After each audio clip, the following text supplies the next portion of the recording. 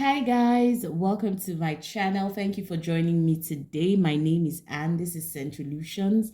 We talk all about perfumes here, and today I have for you 6 Middle Eastern perfumes, or let me word it differently, 6 perfumes from Middle Eastern houses that smell so similar to the originals. Yes, so I wanted to bring you the ones that I thought were really close in terms of the scent. Now, performance wise, longevity, all of that, they'll be different because I mean, these are like a tiny fraction of the prices of the original. So I don't expect the same performance, but I'm just talking about the smell and how accurate and how close these are to the originals. Okay, let's get into it without further ado. I'm going to start with this one, and it's called Crafted Oud. It's from a house called Maison Alhambra, and it's under their Zafiro collection. This is a dupe for Famine Carved Oud or Tom Ford's Oud Wood. Any of the two, and boy, do they smell alike. They do. It's a unisex perfume. It's got a lot of cypriol oil. There's cardamom, so it's very spicy. There's pink pepper in there, and it's also really woody. So there's a lot of agar wood, cedar wood. You're gonna get a lot of woodiness from this one. It's supposed to have oud, but the oud is not discernible in the way that oud would typically be. You're going to get a lot of woodiness from this and spiciness, but it doesn't smell like your typical oud. There's also some amber vetiver in here with iris as well. So the iris gives it a delicate edge that you don't expect, because it does have like a predominantly male profile, but the iris sort of adds a different sweetness, a different type of floral sweetness to it that I thoroughly enjoy. I enjoy this perfume. I think it's a perfect rendition of both perfumes. That's Carved Oud and Oud Wood by Tom Ford. I think it's a perfect rendition, and they got it right. Okay, next up we have this one. Oh, this is such a shameless copy. Even the Crafted Oud as well, because the bottle looks so much like the original. That's the Famine Carved Oud. This is Abraj Carmine, and it's supposed to be a dupe for Crimson Rocks by Amoage. Guys, this is all the way from the bottle.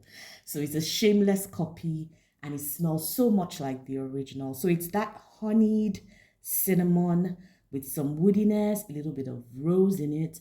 It is such a pleasant perfume if you like honey and you like cinnamon. If you don't like those two perfumes, then you wouldn't like this, because on some people, honey kind of turns into this sort of urinal type of smell on some people. I've heard some people complain about that.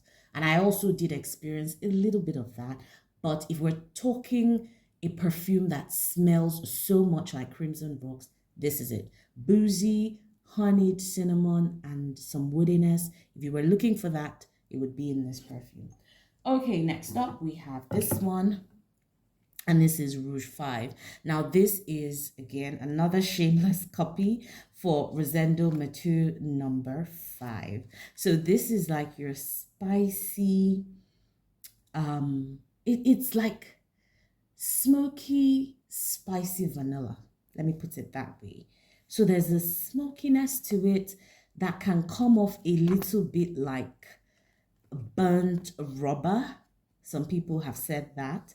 There's a burnt rubbery thing in there, but it has great vanilla, great amber base, great performance. It smells so much like the original, 80% and above like the original. Some white florals in there as well to give it some, sophistication, if you may.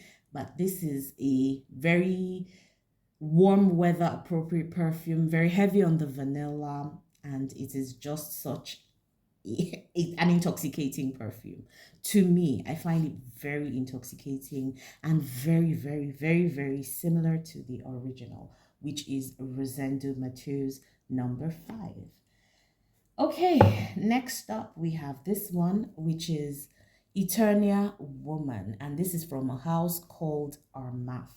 The Rouge 5, the one I just spoke about, just give me 1 minute, is from a house called Fragrance World. Okay, now Eternia Woman is from Armaf, and this is supposed to be a dupe for Dior's Poison Girl, and it smells so similar to Poison Girl. My Poison Girl is almost finished. I'm not going to replace it because this perfume does the trick. It's got your orange blossom, it's got your bitter orange, so it has that citrus element to it. There's also the warm almond, that nuttiness from the almonds, and vanilla.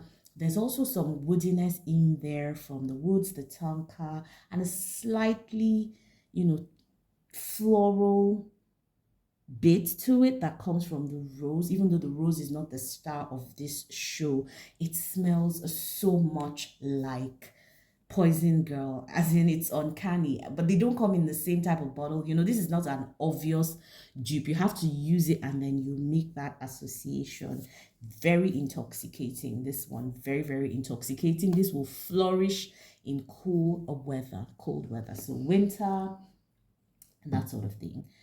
Okay, next up we have this one, and it's called Modesto Femme. It's from Afnan.